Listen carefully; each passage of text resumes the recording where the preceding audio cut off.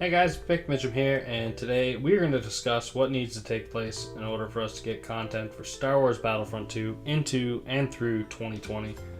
I know it might seem like we're getting a little bit ahead of ourselves, but you gotta wonder what's going to take place in the future.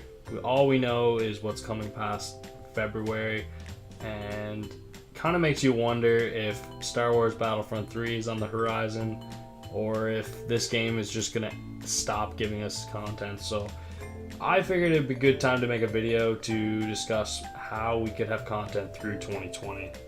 So we're going to discuss financial implications such as revenue and microtransactions. We're also going to touch on community building, some marketing, content needs, and product testings. If you can think of any reasons that I missed, make sure to put them in the comments below. Let's jump right in. So first I wanted to talk about the financial aspects of this game, because you got to think that in order for the game to survive through 2019 and into 2020, the game must become self-sustaining, meaning that the game should turn a profit for support to continue. So currently Battlefront 2 has two revenue streams, and those are game sales and aesthetic microtransactions. The big financial implications are going to be around microtransactions, but we may lightly touch on game sales. So in an effort to increase revenue, I propose there's going to be three new-ish ways to succeed with microtransactions moving forward. So number one will be to release skins as normal, which you can purchase with either crystals or with credits. However, the only difference is for the first week, they will be locked behind crystals and will be available for purchase with credits after the 1 week is over. Number two, heroes are locked behind crystals for 1 week before being available for purchase with credits.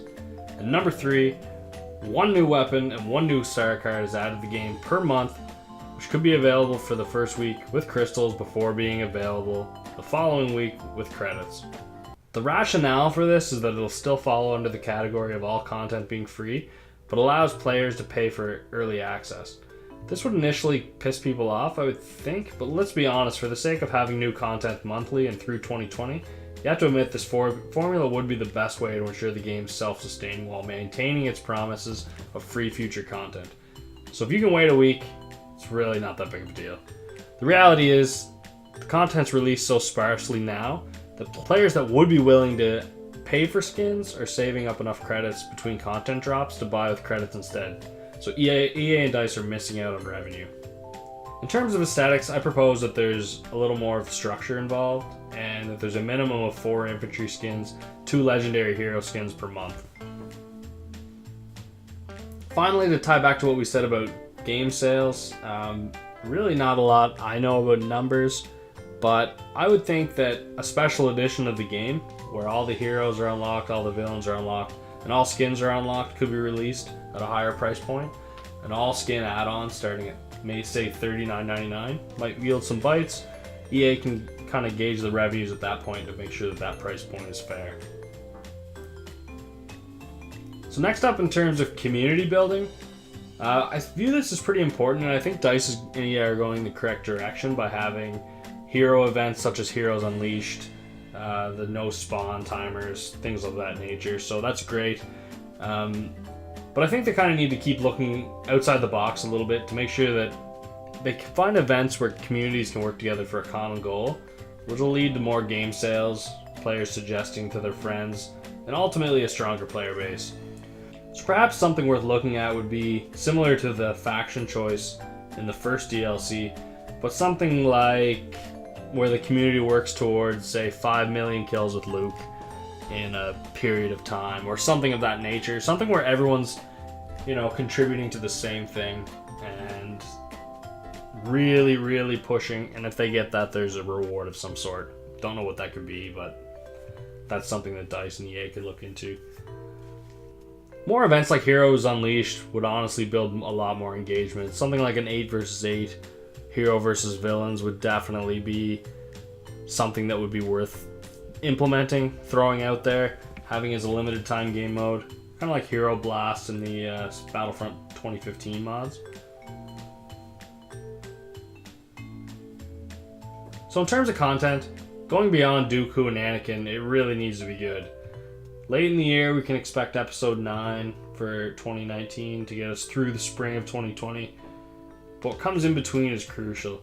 I propose a brief break from Clone Wars, bring back some old, maybe some reused content, even to an extent with a Scarif DLC, and then get some more clone heroes in there, Rex, Ashoka, etc.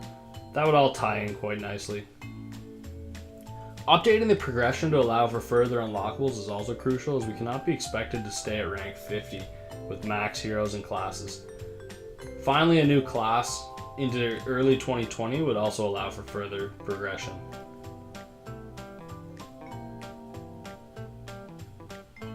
As mentioned earlier, marketing is definitely something that's really important going forward. This is a place where Battlefront 2 is failing miserably. There's a need to advertise to sustain a player base to replace players that have moved on to a new game.